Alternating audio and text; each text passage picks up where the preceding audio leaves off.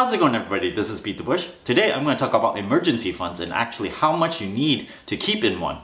The Bureau of Labor Statistics says that the average unemployment is about 3 months. Now this is average. Some people is only going to be unemployed for 1 week or maybe none at all. Other people can be unemployed for maybe 6 months or 9 months, maybe 2 to 3 times the average. Now back in 2010 when there was a lot of unemployment, the average duration of unemployment was actually 6 months.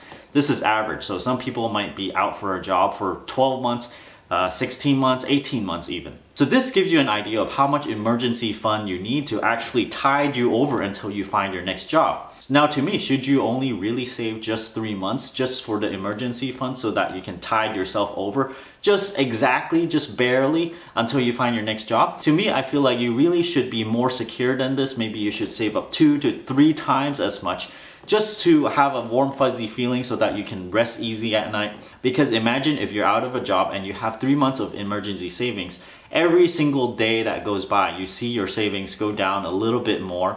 That is going to give you a lot of stress. Versus if you have a whole year of emergency savings, that still won't be too comfortable, but a lot better than inching towards this 3-month mark. With that said, you actually need to figure out your burn rate. Everything that you spend in a single month while you're working, and possibly when you're not working, you might have extra expenditures. Let me just go through this list. There might be some things that you have forgotten, so maybe jot this down so that you can figure out what your burn rate is. The biggest item is likely rent or mortgage, and if you have a mortgage, you have property tax and HOA. Property tax usually comes once a year, but you want to divide this by 12 just to figure out what your average expenditure is per month. You might have home repairs that you need to do. You might be able to put it off, but sometimes you may not. I'd look at the yearly cost of home repairs and then divide that by 12 as well, just to factor that in as well. You have your regular utility bills such as water, trash, gas, and electric. If you're unemployed, you might use more electric, more water because you're at home more often. A cell phone plan you obviously have to add to your expenditures as well because every single month you do have to pay.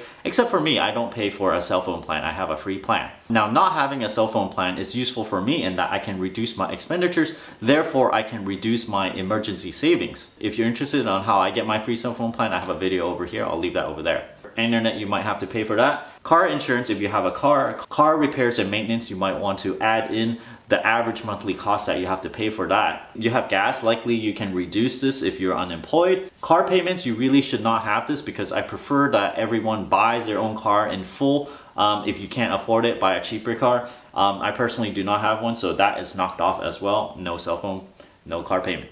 Possible bridging of health insurance. Now at some point you're not going to get health insurance anymore and you might have to pay for your own out of pocket, and this may be quite costly. So you need to factor that in when you add into your emergency fund.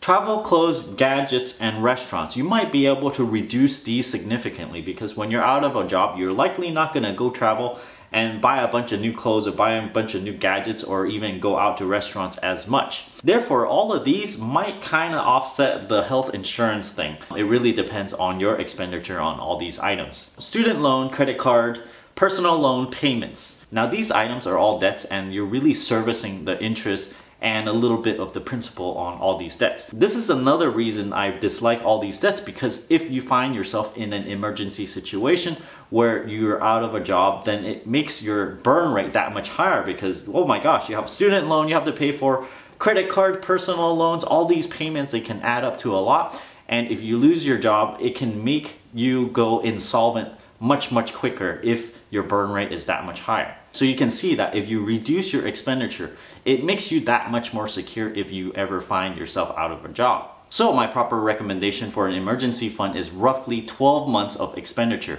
Not 6 months to 12 months, but 12 months or more. When you find yourself out of a job, it's likely going to be at an economic downturn. Therefore, it's going to be more than the 3 months average. On top of that, you can sort of gauge yourself and figure out how high in demand your type of jobs is in your industry. If the type of job that you're working at is really high in demand, you might only need to save at the average rather than 2 or 3 times as much like I'm recommending. If you ask me personally, I actually prefer 2 or more years of emergency fund. Yes, all of this is in cash. It just sits there and it just gives me a personal fuzzy feeling and lets me sleep very well at night. This emergency fund is usually placed in a savings account and it's not invested anywhere. This is because you want to access the cash right away and you do not want to be able to sell at a loss. Maybe when there's an economic downturn, it's going to go down in value, and that's when you really need the money and you do not want the value to go down. Yes, it presents an opportunity cost loss, but this is what you pay to have security, basically. I hope you enjoyed this video. It gives you an idea of how much you actually have to save for. Don't forget to give me a like on this video, comment down below. Let me know how many months makes you comfortable in an emergency fund. If you're interested in supporting this channel, don't forget to check out my Audible link down in the video description below where you can get a free audiobook. And if you do not like the audiobook or the service, you can cancel before the trial subscription ends. You can still keep the audiobook, so it's all free, and then you can still help benefit this channel. If you're into video games, you can try out GameFly for free for 30 days. You can get a game, play with it for 30 days, and if you do not like the service, you can also cancel that and not pay a thing. Don't forget to check out my Patreon over here and subscribe. Thanks for watching.